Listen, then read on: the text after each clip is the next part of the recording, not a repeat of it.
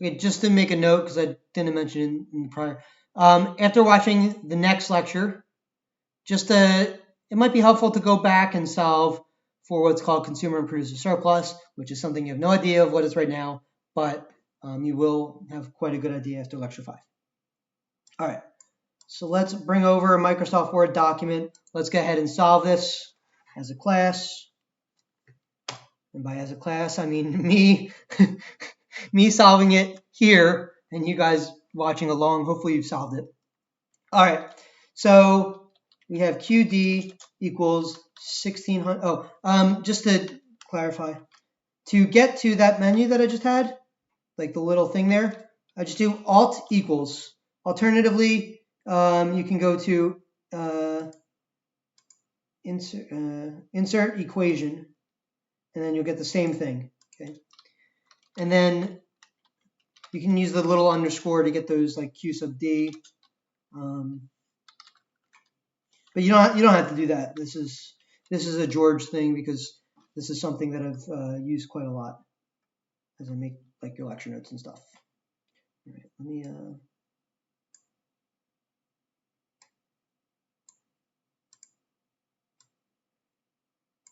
QD equals 1600 minus 300p, and we have Q sub S equals 1400 plus 700p. All right, now I'm just going to use this document alone. And see when I press enter, the QD and the QS become that. And then first thing, for my sake, something I like is, having in that P, the P is the y-axis good. It's just helpful for me. So I'm going to, actually in this case, I'm not going to do it. Let's do it both ways. All right, so I can add 300p to both sides and subtract QD from both sides. 1600 minus QD. Okay, so that is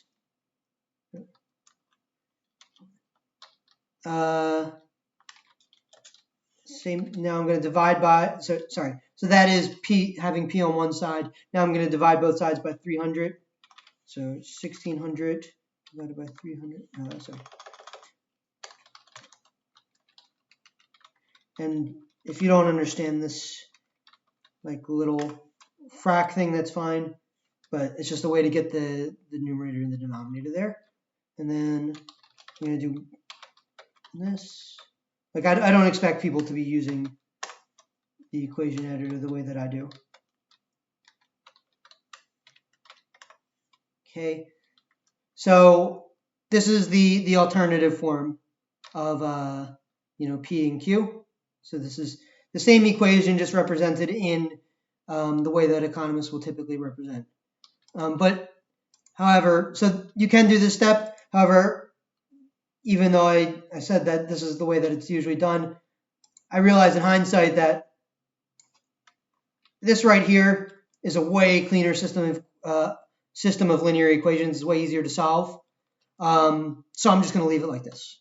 Okay. So if you did have it like that, that's fine. But for me, for this particular problem, I think it makes sense to just leave it as such. Okay.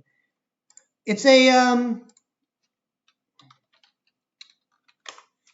it's an equilibrium, so we're going to settle on one price, Q0 and P0.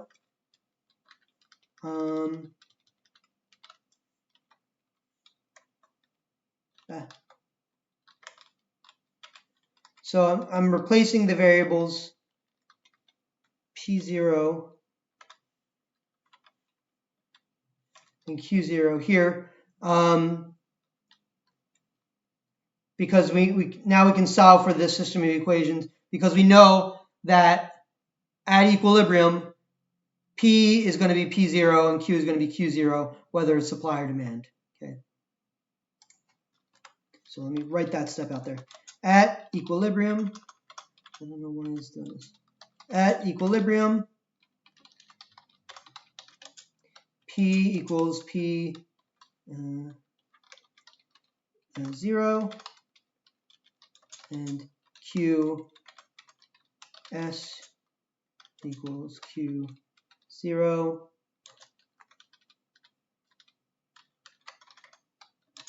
and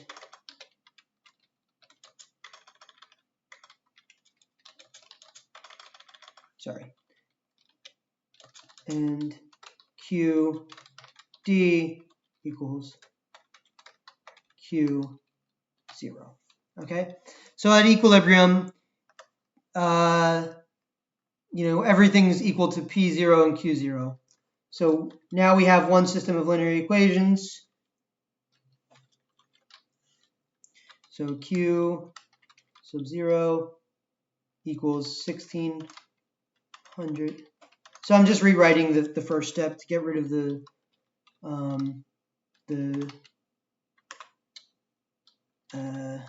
QD and QS, because I've heard feedback that having two equal signs confuses people for some reason. So let's just not have the two equal signs.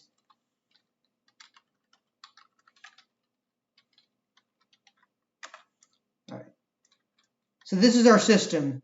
Q0 equals 1600 minus 300 P0. Q0 equals 1400 plus 700 P0. Okay. Solve for Q0 P0.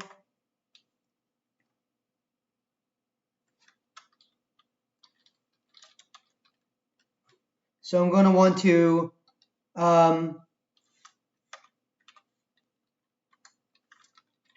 call this A. Well, it keeps minimizing everything that I do. So like step A, let's call this step B. All right, and then within B, we're going to have I, and I is going to be subtract Q, come on. So many shortcuts. Q0, or let's do subtract the supply equation from the demand equation. There's a few ways you can do it. It looks like this way will be the easiest. Alternatively, you could subtract P0 from both sides and solve for P0 in terms of Q or whatever. But the easiest way, I think, is to subtract this equation from this equation, or this equation from this equation. Doesn't really matter which one. Okay. I just want to write my steps as I do them, so it's clear where I'm going with this. And oh, hey-o.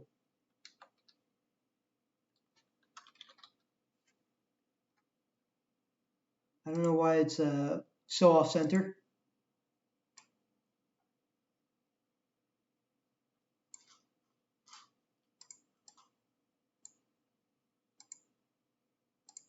Like it's like grossly off center. I don't like that at all.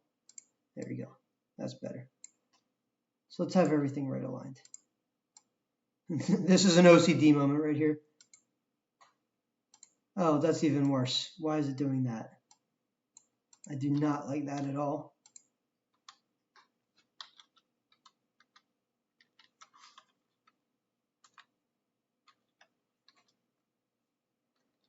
Oh, that's annoying. Ah, they're so worse. They're so bad. Why is it doing that? There we go. All right, at least it's in line with something, okay? All right, so subtract the supply equation from the demand equation. So Q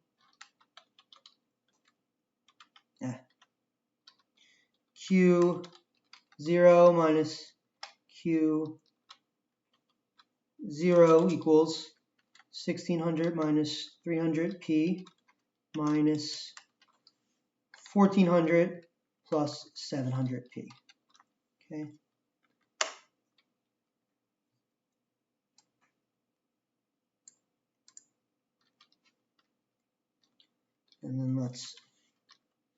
So we have 0. Let's simplify that. We have 0 equals 200 minus 1000p. So 1600 minus 1400 is 200. Negative 300p minus 700p, right? Because this minus will be distributed. So negative 300p minus 700p is negative 1000p.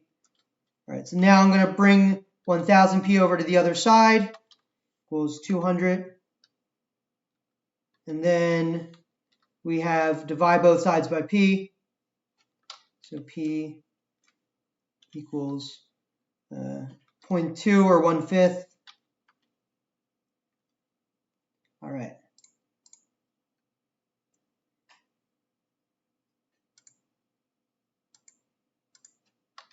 So we subtract the supply equation from the demand equation. Okay. Then we simplified and solved for p. All right. So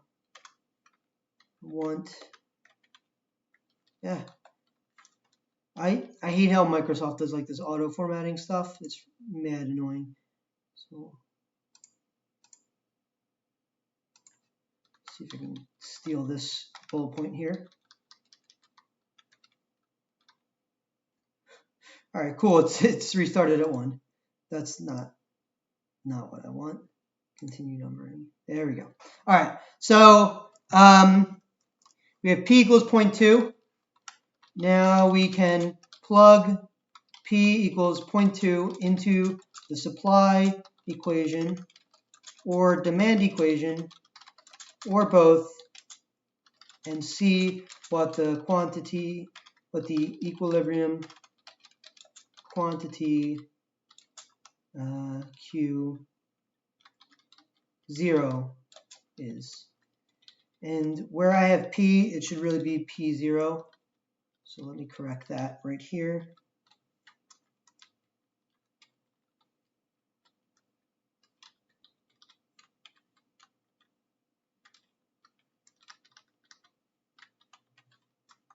Ugh, this auto formatting is incredibly annoying.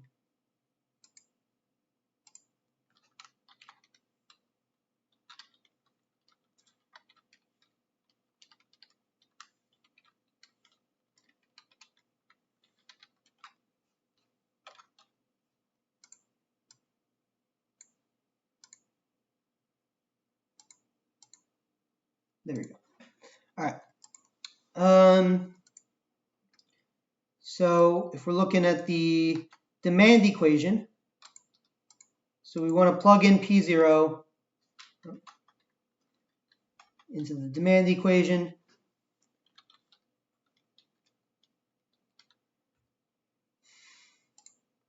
And again, it does the formatting thing. And again, it does the formatting thing. Jeez Louise, come on, Microsoft, stop. All right, so Q0, we're going to plug in for P0. What are we going to plug in? We're going to plug in 0.2 because that's the P0 we found.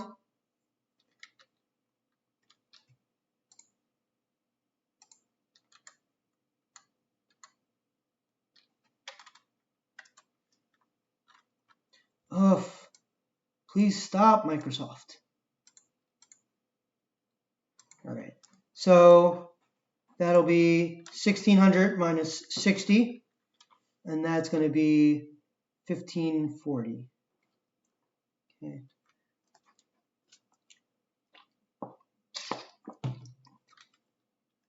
By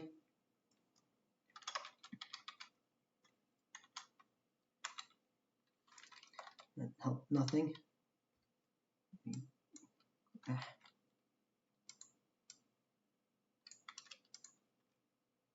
Nope.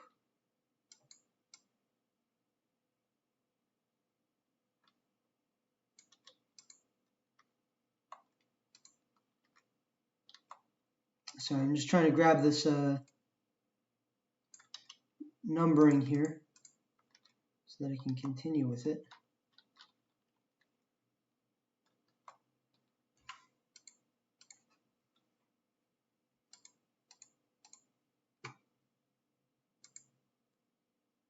As you guys can see, I'm not particularly great at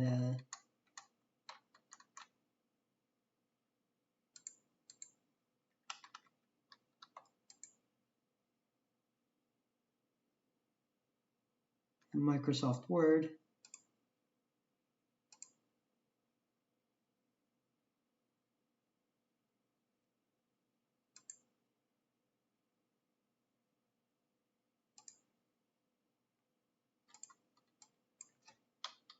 Why can't it just be what I ask it to be? Like, why is it going to C?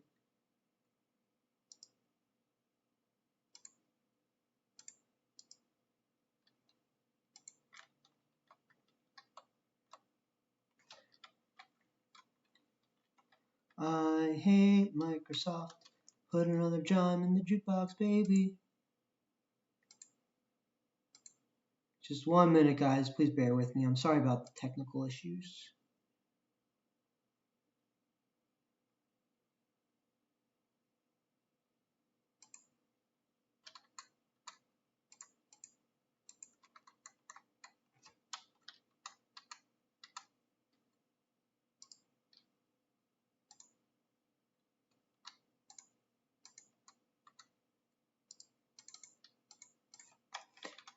I'm an idiot. I know exactly what to do.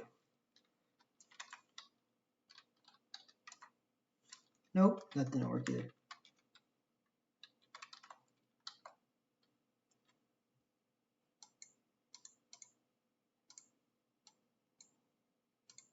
All right, finally. Seriously. All right. So the third step I would say is if you use the supply equation in 2, then check with demand equation. If you used demand, check with supply. So what I mean by that is in this step we plugged P0 into the demand equation and we got 1540. We want 1540 to be Q0 regardless of whether or not it's supply or demand. If you plug it into one equation, you get one answer. You plug it into the second equation, you get a different answer. Then you've done something wrong. So I just want to double check. So Q0 equals 1400 plus 700.02. That's just 0.2. And we have Q0 equals 1400 plus 140. And that's equal to 1540. Boom goes the dynamite. We got it. 1540. Both answers lead, both methods, let's say, methods get back the same P0, Q0. So you know we did it right. All right, now we want to graph it. Okay. Oh, hey, here's the word subtract randomly. So you want to graph it, want to label the equilibria. Okay. So now I'm going to go back and I will put it into the P equals formula. Okay.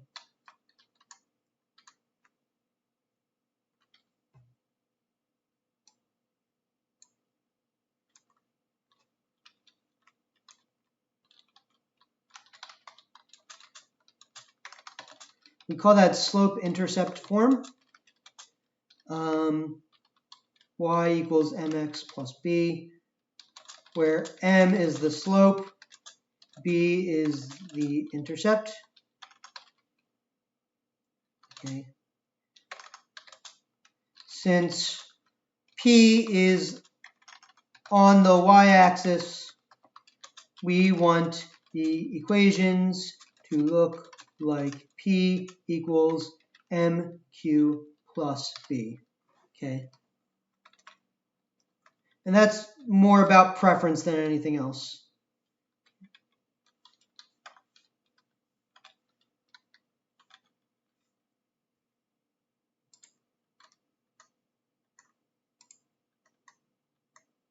So I'm just going to rearrange them.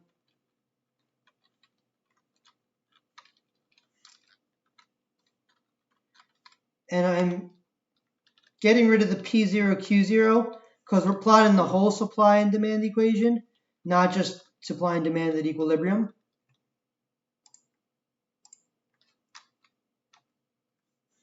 So subtract 300 or add 300p to both sides. Subtract QD from both sides. And then divide by 300. P equals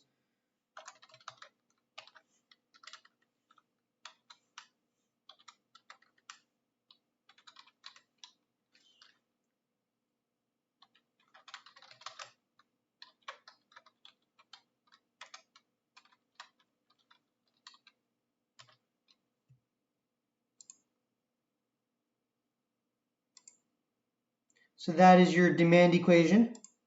We're going to do the same thing for supply.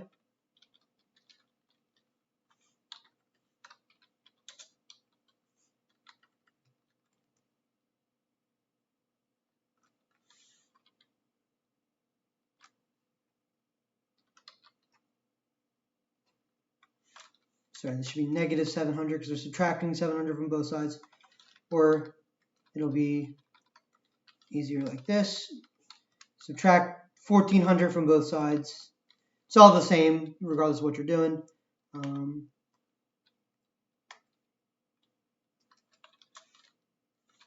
Let's divide both sides by 700.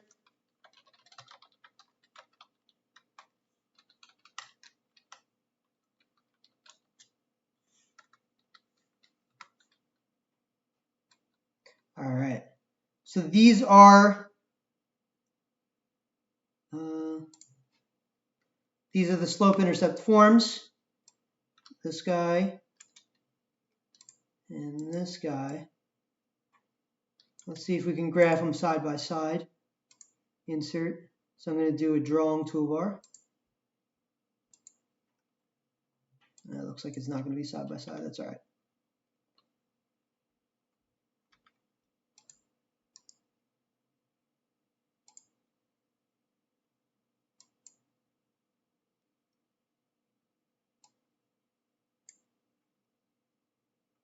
Haha.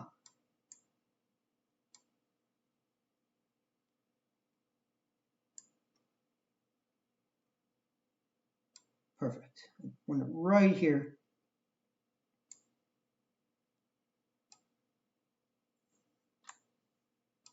All right, so first I'm going to draw my axes. Actually, if there's a pen option, that would be best, but whatever. So first I'm going to draw my axes. And I'm going to give them a little bit of weight here. And I want them to be black. All right. Oh, I don't want to copy the whole drawing toolbar. I just want to copy the line. Nope. Microsoft, why are you being difficult? Of course, everything comes up fine when I do it myself. But as soon as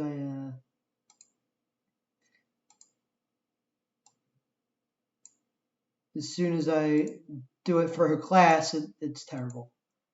Isn't that fun?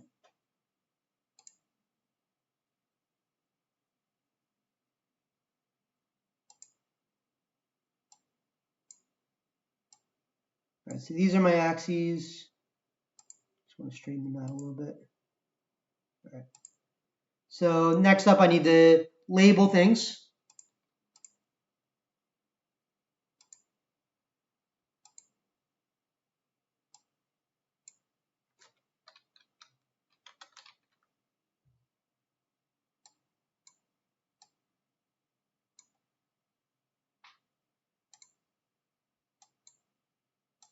So price goes on the y-axis,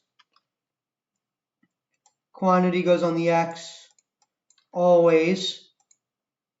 Okay. Then I want to draw my supply and demand equations.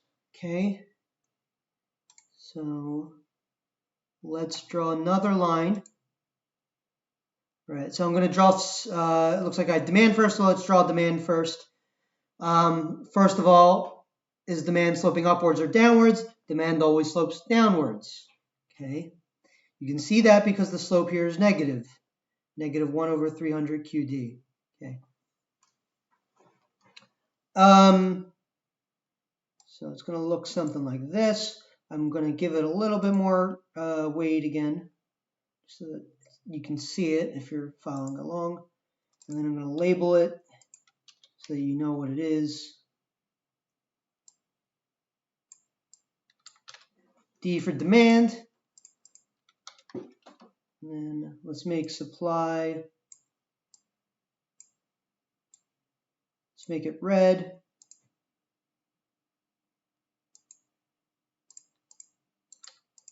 We're going to give it a little S for supply, not for Superman. Okay, the S means hope in Superman. All right. So I always want you to label the intercepts. In this case, you can see the intercepts by the equation because we put it in slope-intercept form.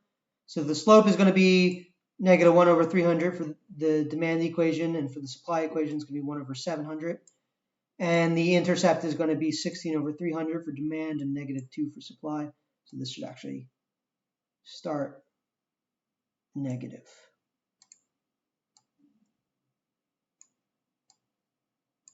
Let's actually move it like really close. All right.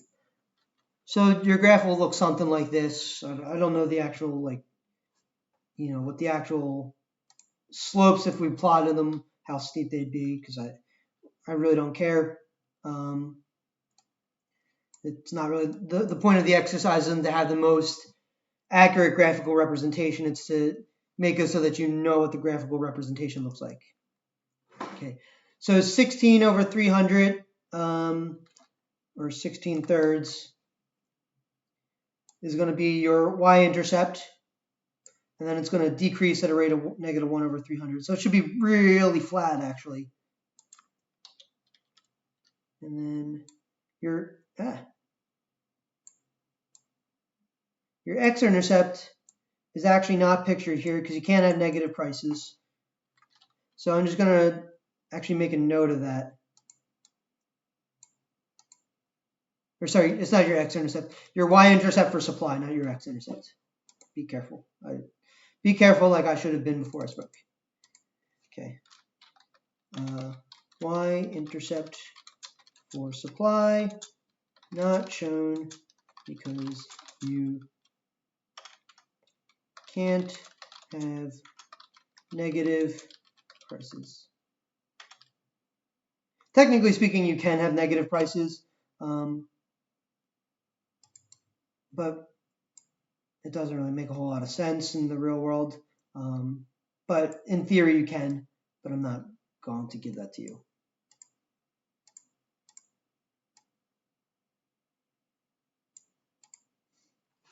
All right, so that is the first example. Oh, we just need to label the equilibrium. So we know the equilibrium price and quantity from before. Equilibrium price is 0.2. Equilibrium quantity was, let's get this out of here.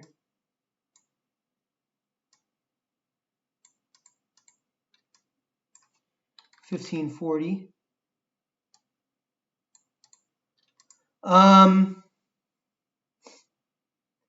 And then I just want to draw like a little line here for my sake. Connecting.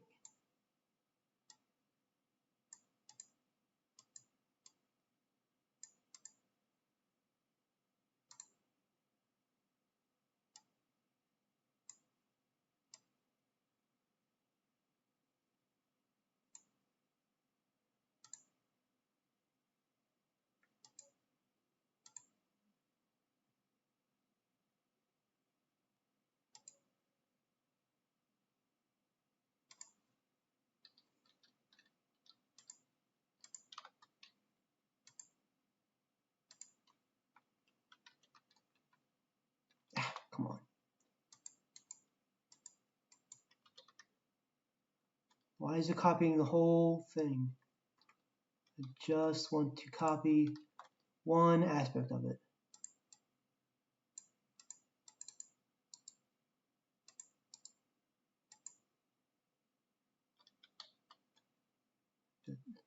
Microsoft Excel is, or Microsoft Office is being the worst today, so I apologize.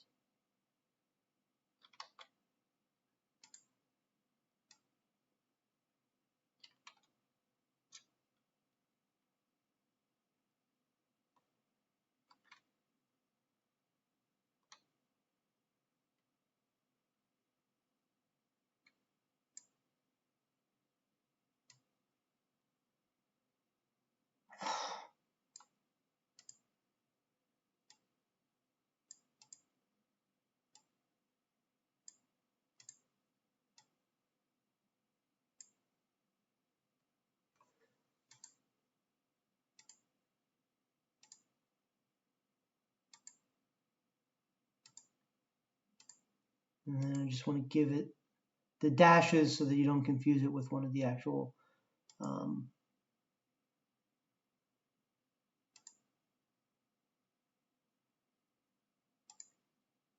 so that you don't go thinking that it's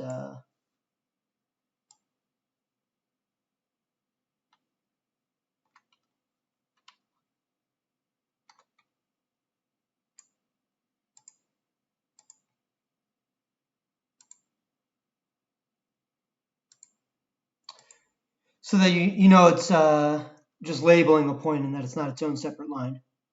Okay.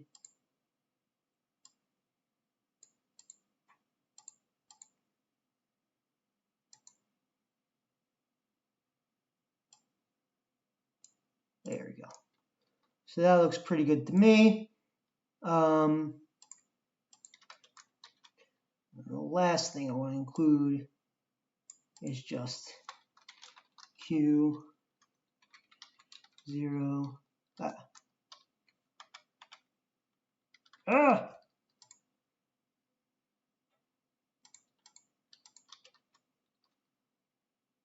That time that was me. I can't blame that one on Microsoft Word.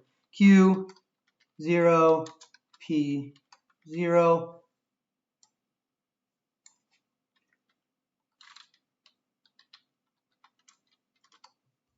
So we have the point labeled here. All right. So this is the equilibrium point. Q0 P0 is at 0.2, 1540. Here's your supply equation. Here's your demand equation. You can see why I kind of prefer drawing this out on the whiteboard. It takes a little while in Microsoft Excel. But the benefit is once you've done it, you've done it. Like you can copy and paste this and use this going forward. All right. So what's next? A study reports that chocolate can prevent heart disease. Which of the following might be the new demand curve? Q prime sub D. Explain your answer. So chocolate's now more popular. So we'd expect for every price people would consume more chocolate, which would be an outward shift of the demand curve. This one here looks like it corresponds to more quantity for every price. So if price was 1, quantity would be 1,600 versus this one, if price was 1, quantity would be 1,200. So this one has a higher quantity for every price, which makes sense because we're having a more popular good. Your preference has changed and shifted your demand. So it should be Q prime, the first one. Okay. So how does this change the equilibria? So what I'll do is I'll copy this all. I'm going to do insert page break. All right, so we're going to have the same exact steps here, except now you have a new demand equation, 1900. Okay.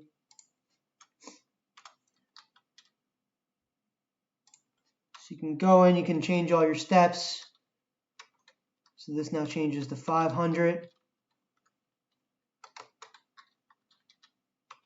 And this will be 0.5. Okay.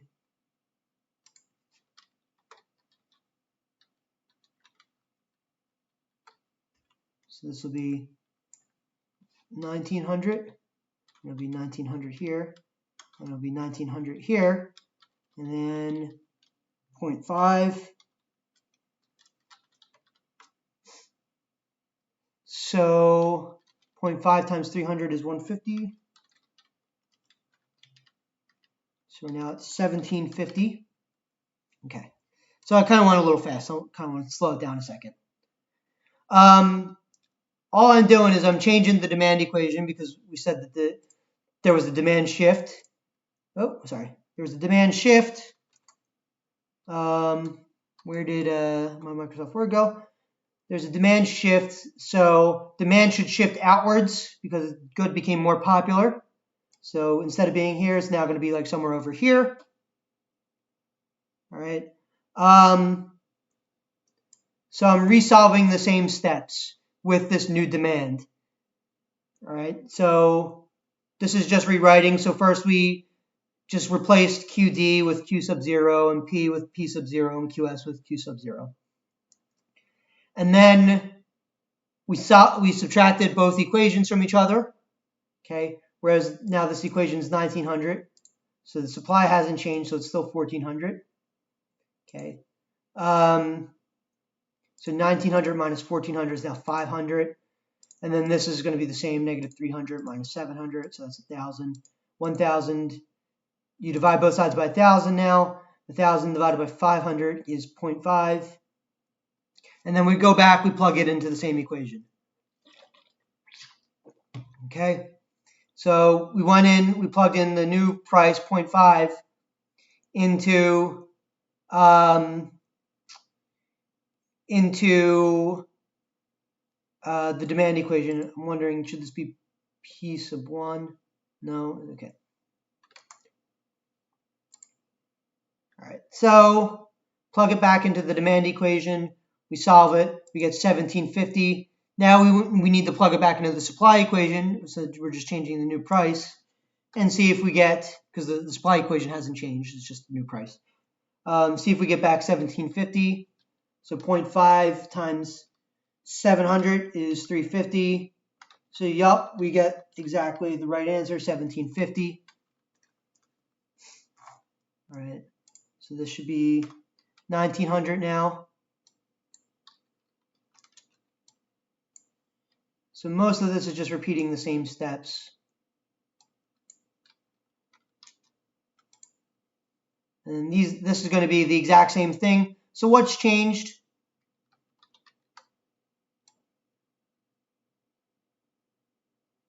Basically the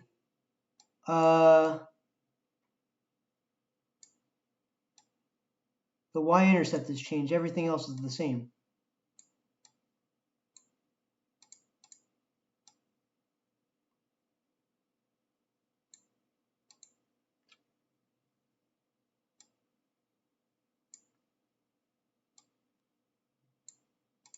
So this is 0.5 now. So the demand shifted, it led to a new equilibrium.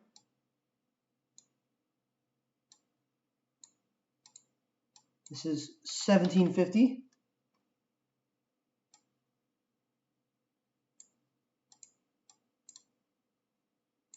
Microsoft Word, can you be any more annoying? Jeez Louise.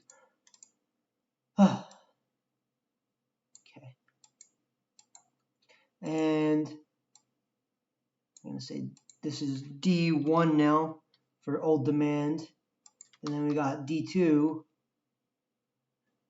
for Gordon Bombay. There you got D2 over here. If you don't get that joke, it's not really fine, but I'll let it slide. But your demand is shifted out.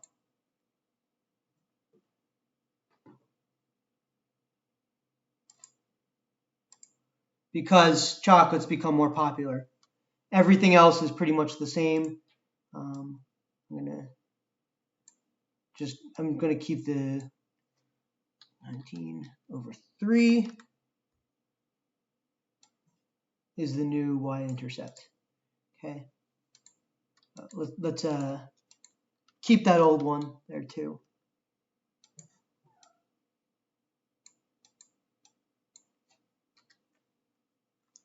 All right. So that's that problem. Okay. So you got all the work here. I'm sure I've kind of murdered your time. So I'm not gonna belabor the point. I'm gonna leave C and D for you to solve, just with a couple guidelines before you do that. And I'll send over my work so that you guys can, step into it yourself. But for C, the wage of cocoa bean workers falls. Which of the following might be the new supply curve? So cocoa beans are an input, right? And the farmers are an input for chocolate. So if your input costs fall, your supply should shift outwards. So for every price, you should be producing more goods. So that means that your quantity supplied should be higher for every price. So I think you're going to get this one. Well, not I think, I know that you're going to get this one because I wrote the problem. And I'll leave it to you to go into the system of equations with the new supply curve. So this supply curve and the original demand curve, and find the answer. And then when you're done, then do a simultaneous shift. All right. And I'll put the answers up on Blackboard at the end of the lecture. Okay. So solve it yourself. I would suggest you do it right now because it'll be the next module on Blackboard. And then submit your answer so I know that you've watched the lecture and that you followed along. All right. Have a good week, everybody. I'll see you never, because this is a virtual course. I don't know what I'm talking about. But have a good one. I wish everybody the best. Bye.